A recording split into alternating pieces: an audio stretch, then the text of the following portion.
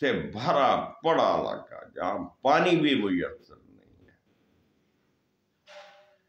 اور لوگوں کے ہڈیوں کے ڈھانچے نکلے ہوئے ہیں، خوبصورتی کی کوئی چیز ہمیں نظر نہیں آتی، بیچاریوں عورتوں کے مردوں کی چہروں کی ہڈیاں تک ہمیں نظر آتی ہیں، ان کی آنکھیں اندر کو دھنسی ہوئی ہیں بھوک اور افلاس کی وجہ سے۔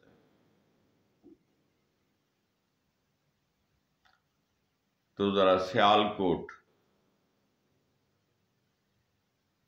جیسے علاقے کے لوگوں کے بارے، حالات زندگی کے بارے میں جانیے اور ان کے چہروں کے خد و خال دیکھیے،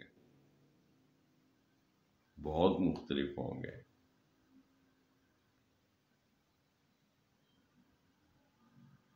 سیالکوٹ کا نام میں نے اس لیے لیا ہے کہ سیالکوٹ کے لوگوں کی زبان میں مٹھاس ہے، ان کے دل بھی میٹھے ہیں، ان کی عادات و اطوار دیکھیں، ان کا اخلاقیات دیکھیں، وہ دوسروں سے جدا ہوگا۔ اور ذرا آگے چلے جائیں تو ساتھ ہی آپ کو ناروال ملے گا، وہاں کے لوگوں کے عادات و اطوار ذرا ان پر نظر دوڑائیے، پھر اس کے ارد گرد جو ضلع ہیں ان پر جو بارڈر کے علاقے میں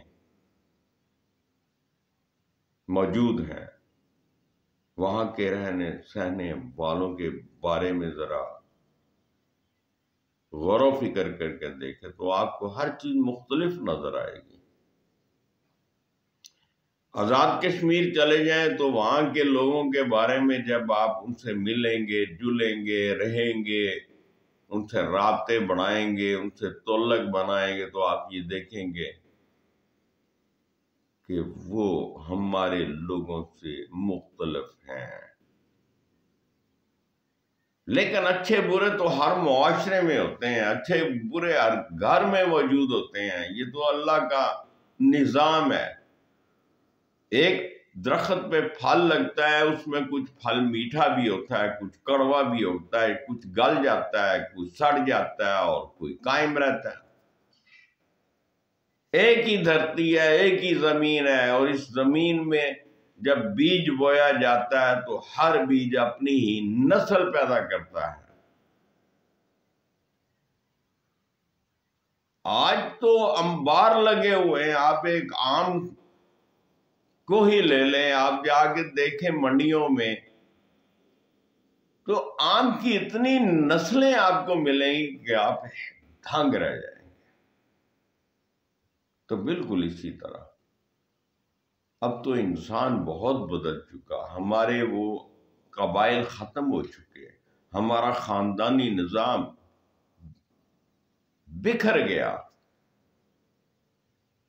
ہم تو ایسے بکھرے ہیں کہ ہم تو اپنے اصل کو بھی بھولتے اور جا رہے ہیں۔ وہ جس کا ذکر اللہ نے قرآن پاک میں بیان فرمایا ہے کہ میں نے قبائل اس لیے پیدا کیے تاکہ تم ایک دوسرے کو پہچان پاؤ، اب تو قبیلے ختم ہو رہے ہیں تاکہ آپ کی پہچان ہی ختم ہو رہی ہے۔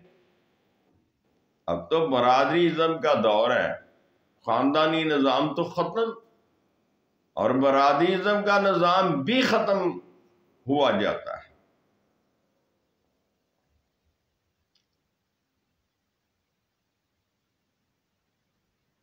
تو یہ ہے میرے اللہ کا نظام کائنات۔ اچھے لوگوں میں برے اور برے لوگوں میں اچھے پیدا تو ہوتے رہیں گے، لیکن خال خال اکثریت انہیں کی رہے گی۔ اگر وہ بد ہیں تو بد ہی رہیں گے، اور اگر وہ اچھے ہیں تو ان کی اکثریت اچھی ہی رہے گی۔ دیکھیں نا، حضرت نوح کا بیٹا تھا، اس نے باپ کو انکار کر دیا۔ حضرت لوط کی بیوی تھی، اس نے اپنے شوہر کو انکار کر دیا۔ حضرت یوسف علیہ السلام کے بھائی تھے، انہوں نے بھائی کے ساتھ کیا سلوک کیا۔ حابیل اور قابیل دونوں سگے بھائی تھے، انہوں نے آپس میں کیا معاملات کیے۔ ایک قتل کرنے والا بن گیا اور ایک قتل ہو گیا۔ اس سے پورا خاندان تو نہیں تبدیل ہو جاتا۔ اب خاندان میں سے اگر ایک فرد کا عمل ہے لیکن وہ پورے خاندان کے لیے داغ بن جاتا ہے، بدنامی کا باعث بن جاتا ہے، اس خاندان کی جو ہسٹری ہے اس پہ سر انداز ہوتا ہے۔